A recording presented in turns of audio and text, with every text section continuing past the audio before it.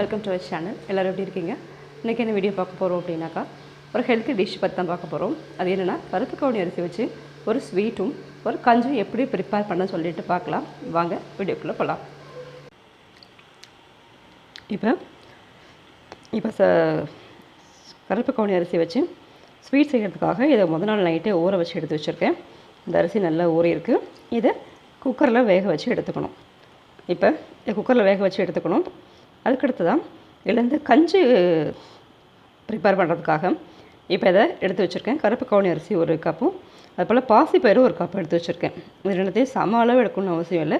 கருப்பு கவுனி அரிசி கொஞ்சம் கூடவும், அதுக்கப்புறம் இந்த பாசிப்பருப்பை கொஞ்சமாக எடுத்துக்கிட்டால் மட்டும் போதும். கொஞ்சம் அப்படின்னா இது முக்கால் அளவு, இது ஒரு கப்னா இது முக்கால் அளவு எடுத்துக்கோங்க. அவ்வளோதான். இது ரெண்டையும் நல்லா வறுத்துட்டு இதை பொடி பண்ண போகிறோம். இப்போ இதை இதை குக்கரில் போட்டு வேக வச்சு எடுத்துக்க போகிறோம். இதை ஒரு சட்டியில் போட்டு வறுத்து எடுத்துக்க போகிறோம். அதுக்கடுத்தது இதை வச்சு ஸ்வீட் பண்ண போகிறோம். இதை வச்சு கஞ்சி ப்ரிப்பேர் பண்ண போகிறோம். இது எப்படி பண்ணலான்னு சொல்லிட்டு பார்க்கலாம் வாங்க. இப்போ நம்ம இதில் ஒரு சட்டி வச்சுட்டு அதில் இப்போ நம்ம இதை கஞ்சி வைக்கிறதுக்கு தேவையான இந்த கருப்பு கவுனி அரிசியையும் கொஞ்சம் வறுத்துக்கலாம்.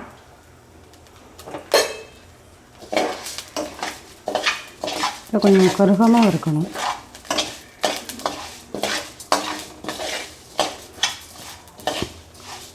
இந்த ரைஸ் கலர் பார்த்தோன்னா நல்ல ஒரு பிளாக் கலராக இருக்குது. ஸோ இதனால் நிறைய ஹெல்த் பெனிஃபிட் இருக்குது. அந்த காலத்தில் இது அரசர்கள் மட்டும்தான் பயன்படுத்தினாங்க. இதை பற்றின ஃபுல் வீடியோ ஏற்கனவே போட்டிருக்கேன். அதனுடைய லிங்க்கையும் டிஸ்கிரிப்ஷனில் கொடுக்குறேன், அதையும் பாருங்கள். இதை பற்றி எல்லாமே இருக்கும், அதில் தெரிஞ்சுக்கோங்க. இந்த ரைஸ் எப்போ வந்துச்சு, யார் கண்டுபிடிச்சாங்க, இதை யாரெல்லாம் பயன்படுத்தினாங்க அப்படின்னு சொல்லிட்டு. இது ரொம்ப ரேரான ரைஸு. இப்போ தான் இதை எல்லோரும் கொஞ்சம் ஃப்ரீக்வெண்ட்டாக எல்லாருமே ப்ரொடியூஸ் பண்ணுறாங்க. அதனால் கொஞ்சம் விலையும் கம்மியாக கிடைக்கிது. இப்போ டிபார்ட்மெண்ட் ஸ்டோர் போனோன்னா கொஞ்சம் விலை ஜாஸ்தியாக தான் இருக்கும். ஆனால் இதே கொஞ்சம் நம்ம பக்கத்தில் எங்கேயாவது விளைவிக்கிறாங்கன்னா அங்கே போய் வாங்கும்போது என்னோடய விலை கொஞ்சம் கம்மியாக இருக்குது. இப்போ நல்லா பார்த்தோன்னா இது போல் தான் வாங்கி பயன்படுத்திகிட்ருக்கேன். அதோட லிங்க்கையும் டிஸ்கிரிப்ஷனில் கொடுக்குறேன். அவங்களோட அட்ரஸ், அவங்களோட காண்டாக்ட் நம்பர் கொடுக்குறேன். அவங்கள்ட்ட அதை கால் பண்ணி இதை பற்றி டீட்டெயில்ஸ் கேட்டுட்டு அவங்கள்ட்ட நேரடியாக வாங்கிக்கிறதுனாலும் வாங்கிக்கோங்க.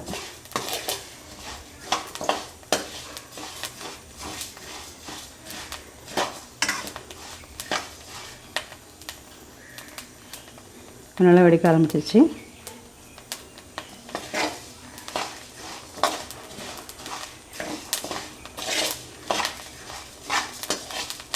நல்லா வாசனையும் வர ஆரம்பிச்சிருச்சு.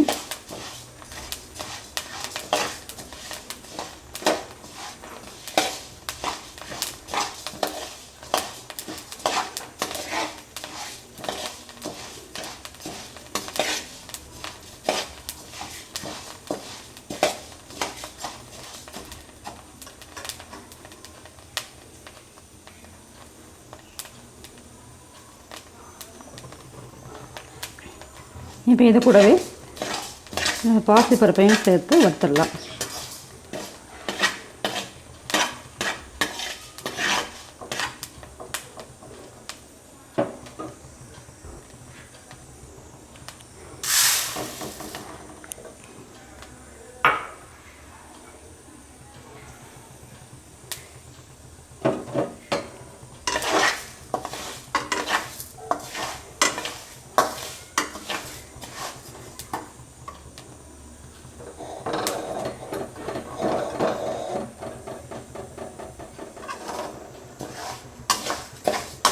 இப்போ இது ரெண்டுமே நல்ல வாசனை வர்ற வரைக்கும் வறுத்தா மட்டும் போதும். அதுக்கப்புறம் அதை வறுக்கணும்னு அவசியம் இல்லை.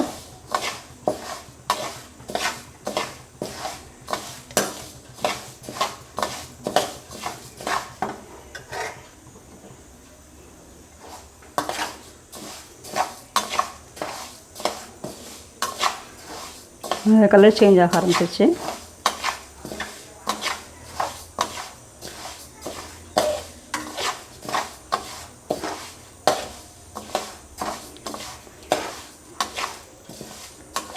இதில் வேறு விதமான ஏலக்காய் இது போல் வேறு எதுவும் போடணும்னு அவசியம் இல்லை.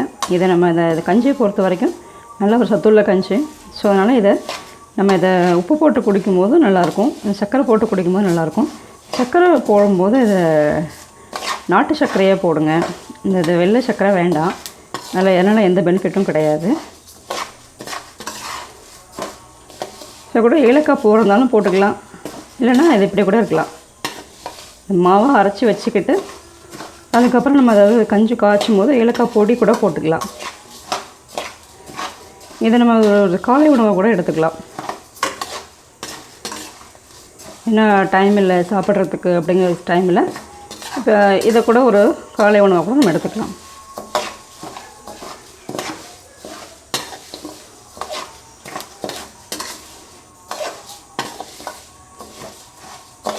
நிறைய சத்துக்கள் இருக்குது.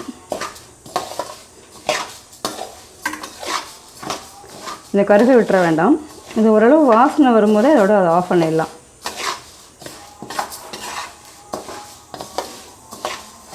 போதும், நல்ல வறுத்தாச்சு. ஸோ அதுக்கடுத்து இதை கொஞ்சம் ஆற விட்டுட்டு இதை மிக்சியில் போட்டு பொடி பண்ணிக்கலாம். இதுக்கப்புறம் அந்த கஞ்சி எப்படி பண்ணுறதுன்னு பார்க்கலாம். நல்லா பொரிஞ்சிருச்சு. இதோட ஆஃப் பண்ணிக்கலாம்.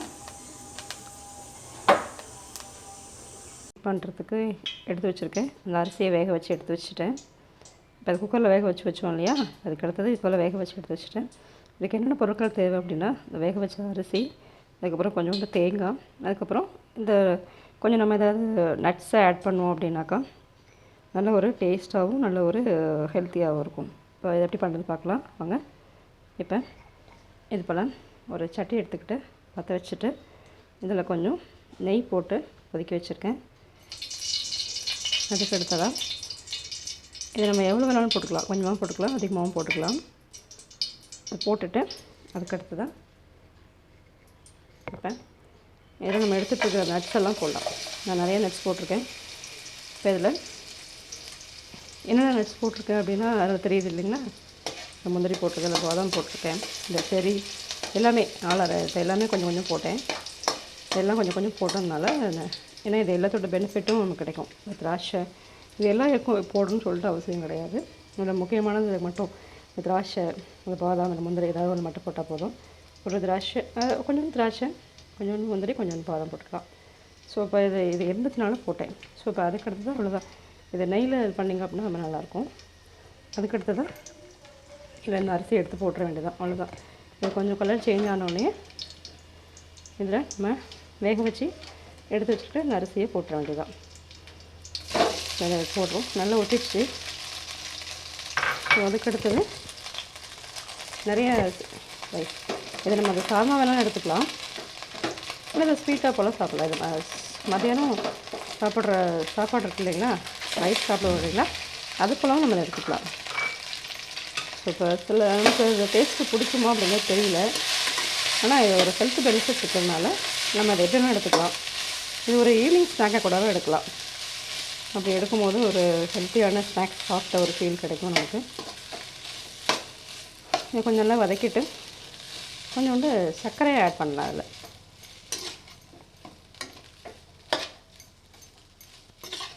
சர்க்கரை போட்டுக்கலாம், உப்பு போடலாம்.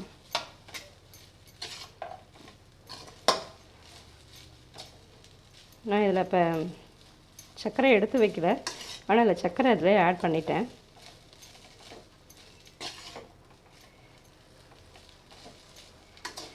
இதிலே ஆட் பண்ணிட்டேன்னா இப்போ ஏற்கனவே அதை வேக வைக்கும் போதே கொஞ்சம் ஆட் பண்ணதுனால இப்போ அதை சேர்க்கல, சரிங்களா. அதை வந்து நீங்கள் இப்போ கூட சேர்த்து கூட பண்ணலாம். இது வந்து ஒரு ஸ்வீட்டாக இருக்கணும், அவ்வளோதான். மற்றபடி எப்படி இருந்தாலும் சாப்பிட்லாம், ஸ்வீட்டாக சாப்பிட்லாம், இல்லை காரமாக சாப்பிட்லாம். இந்த மிளகா போட்டுட்டு இது நல்லா வதக்கிட்டு இது கூட தேங்காய் சேர்த்துட்டு சாப்பிட வேண்டியதான். நான் ஏற்கனவே சர்க்கரை சேர்த்ததுனால இப்போ ஆட் பண்ணலை, வேக வைக்கும்போது சர்க்கரை சேர்த்துட்டேன். ஸோ இப்போ அதை நீங்கள் என்ன பண்ணலாம் அப்படின்னாக்கா, இதை வேக வைக்கும்போது கூடவும் இல்லை போல் தாளிக்கும்போது கூடவும் ஆட் பண்ணலாம் வெல்லம். அது ஏற்கனவே வெல்லம் போட்டதுனால அது போடலை. ஏற்கனவே போட்டு வேக வைக்கலாம், அது இப்போயும் கூட போடலாம், இந்த ஸ்டேஜில் கூட போடலாம். இது ஆக மொத்தம் ஒரு ஹெல்த்தியான ஒரு ரெசிபின்னா இது சொல்லலாம். இந்த அரிசி எங்கே கிடைக்குன்னு சொல்லிவிட்டு நான் லிங்க் டிஸ்கிரிப்ஷனில் கொடுக்குறேன், இதை அவங்கள்ட்ட பேசிட்டு வாங்கிக்கோங்க. இப்போ கூட இருக்கிறது தேங்காய் ஆட் பண்ணிட்டிங்கன்னா போதும். இவ்வளோதான். இதை ஆட் பண்ணிவிட்டு அதை அப்படியே சாப்பிட வேண்டியதான்.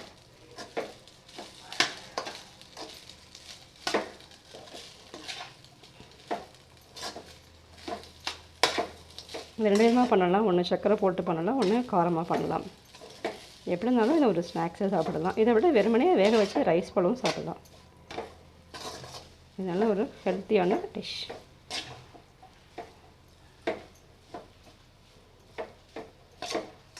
போதும். இன்னும் கொஞ்ச நாள் வதக்கிட்டு இருந்தோம்னா வெந்துடும்.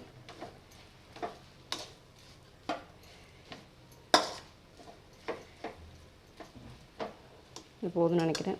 ஓரளவு வெந்துருச்சு. போதும். ஸோ இப்படி இந்த பதத்தில் இருக்கும்போது எடுத்துடலாம். இது சாப்பிட்றதுக்கு நல்லா டேஸ்ட்டாக இருக்கும். நான் இப்போ இந்த டிஷ்ஷை ப்ரிப்பேர் பண்ணி எடுத்துகிட்டு வந்துட்டேன்.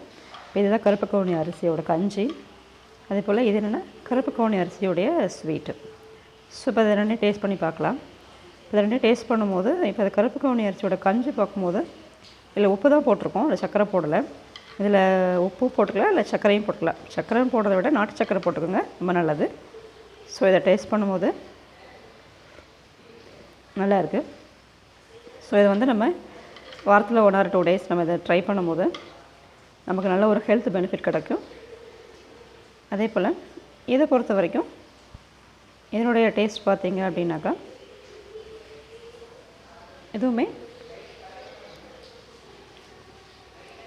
சாப்பிட்றதுக்கு நல்லாயிருக்கு. ஸோ இப்போ இதையும் ட்ரை பண்ணலாம். ஸோ இப்போ இதையும் வாரத்தில் 1 or 2 days நம்ம இதை ட்ரை பண்ணும்போது நிறைய நமக்கு ஹெல்த் பெனிஃபிட் கிடைக்கும். நமக்கு எந்த ஒரு வியாதியும் வராமல் இதை ப்ரிவென்ட் பண்ணிக்கலாம். ஸோ அதனால் இதை ட்ரை பண்ணுங்கள். இந்த டிஷ் பிடிச்சிருந்ததுன்னா லைக் பண்ணுங்கள், ஷேர் பண்ணுங்கள், சப்ஸ்கிரைப் பண்ணுங்கள், சேனலை சப்போர்ட் பண்ணுங்கள். Thank you very much for seeing this video.